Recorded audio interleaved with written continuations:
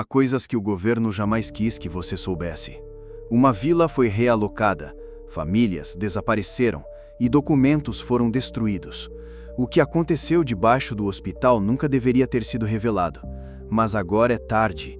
Fique até o final do vídeo para entender essa história bizarra. Em 1984, na cidade de Cambuci, no interior do Rio de Janeiro, foi inaugurado o Hospital Regional Sanatório São Lucílio, construído com verba federal em tempo recorde. Oficialmente, o projeto atendia a uma antiga demanda da população por atendimento psiquiátrico, já que a cidade mais próxima com infraestrutura adequada estava a quase 4 horas de distância. No entanto, os registros indicam que a construção foi iniciada antes mesmo da proposta ser votada na Câmara. Documentos da época mostram aprovações de orçamento sem data, autorizações assinadas por autoridades que já estavam mortas e plantas arquitetônicas que não batiam com o que foi de fato construído. O hospital funcionou por apenas 5 anos e foi desativado em 1989. Nenhuma razão foi dada publicamente. Desde então, a estrutura ficou abandonada, ou assim se dizia. Mas relatos esporádicos começaram a surgir a partir dos anos 2000, sons vindos do subsolo, luzes acesas em noites de lua nova e pessoas que desapareceram ao tentar explorar o local.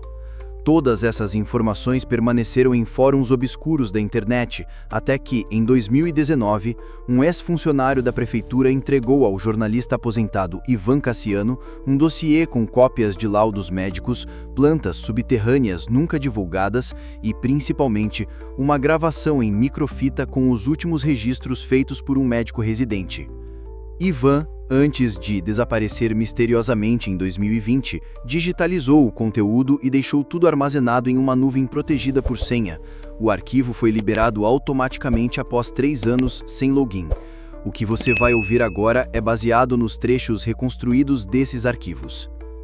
O áudio da microfita começa com a voz de um homem identificando-se como Dr. Bruno Della Torre, psiquiatra recém-formado designado ao setor E03 do Hospital São Lucílio. Ele narra que sua função seria acompanhar pacientes com histórico de dissociação profunda, estados catatônicos e transtornos de origem não diagnosticada. Mas algo o incomodou logo nos primeiros dias. Nenhum dos pacientes do setor E03 tinha registros anteriores. Seus prontuários estavam incompletos, sempre faltando datas de nascimento, nomes de familiares ou laudos psiquiátricos anteriores. A ala E03 ficava em um andar abaixo do nível do hospital, acessada por um elevador separado e um corredor estreito, com sensores de temperatura, algo incomum para estruturas médicas da época. Bruno relata que todos os pacientes ali usavam o mesmo uniforme, camisas brancas de algodão com costuras internas, como se tivessem sido costuradas do avesso. Nenhum falava, nenhum respondia a estímulos, mas todos olhavam para o mesmo canto da parede, um ponto específico, à esquerda da maca, perto de uma infiltração antiga. Quando questionou os supervisores sobre essa ala, disseram que ele deveria apenas aplicar as injeções prescritas e não interagir com os internos. As anotações de Bruno se tornam mais erráticas nas semanas seguintes. Ele afirma que começou a ouvir uma voz durante o expediente, sempre às 3h16 da madrugada. Era uma voz masculina, sussurrada, repetindo palavras que ele não reconhecia como português. Ele começou a gravar os sons em um regravador portátil, mas nas fitas só apareciam ruídos parecidos com água correndo ou arranhões em superfícies metálicas. A paranoia aumentou quando percebeu que os pacientes da ala E03 o seguiam com os olhos. Nunca viravam o rosto, nunca piscavam, mas os globos oculares acompanhavam cada movimento. Ele anotou: "Eles sabem que eu sei. Eles esperam que eu veja o que eles veem." Numa noite, decidiu seguir os técnicos que desciam ao subsolo após o expediente. Escondeu-se no armário de limpeza e observou quando 3 homens, usando aventais pretos, abriram uma passagem escondida atrás da parede do fundo da ala E03. A estrutura dava acesso a uma escadaria em espiral, de concreto cru, sem iluminação elétrica. Ele o seguiu discretamente até chegar a um salão circular subterrâneo. As paredes estavam cobertas de símbolos entalhados, alguns idênticos aos rabiscos feitos por pacientes nos prontuários. No centro, uma estrutura metálica em forma de cruz estava fincada no chão. com tubos conectados a bolsas de sangue humano penduradas ao redor. Nenhum som era ouvido. Apenas um zumbido constante, como a vibração de algo vivo. Bruno relata que quando um dos técnicos tocou a cruz, ela pareceu pulsar e uma espécie de sombra se formou na parede, mesmo sem fonte de luz. Ele fugiu sem ser notado e relatou o caso a um superior, que o afastou do cargo 3 dias depois, alegando instabilidade emocional e quadro esquizofrênico emergente. Mas Bruno sabia que estavam tentando silenciá-lo, e foi então que começou a escrever o diário, gravar as fitas e esconder cópias em locais diferentes do hospital. Poucos dias antes do hospital ser oficialmente desativado, Bruno desapareceu. A versão oficial diz que ele pediu transferência e foi realocado, mas seu nome nunca mais apareceu em nenhum sistema do SUS. Seus pais jamais receberam qualquer comunicação do governo. A última vez que foi visto, segundo testemunhas, ele gritava no meio da rua: "Eles ainda estão acordados, eles ainda estão lá embaixo."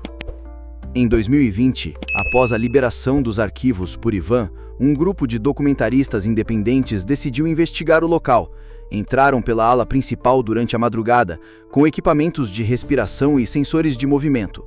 O vídeo, publicado brevemente em uma rede alternativa antes de ser removido, mostra o grupo caminhando até a porta lacrada do antigo setor E03. Após arrombá-la, encontraram os corredores exatamente como descritos nas fitas de Bruno. Sem poeira, como se estivesse ainda em funcionamento. Ao chegarem à parede do fundo, a câmera falha por 10 segundos. Quando volta, um dos membros do grupo está desaparecido. Outro está em estado de choque, encarando o mesmo ponto de infiltração descrito décadas antes. O último, ofegante, grava as palavras: "A cruz. Ela está viva. Ela respira com a gente." O vídeo termina com o grupo correndo por um corredor espiral, ouvindo sons metálicos e um zumbido que aumenta gradativamente até o vídeo cortar. Desde então, qualquer tentativa de acessar o local tem sido barrada.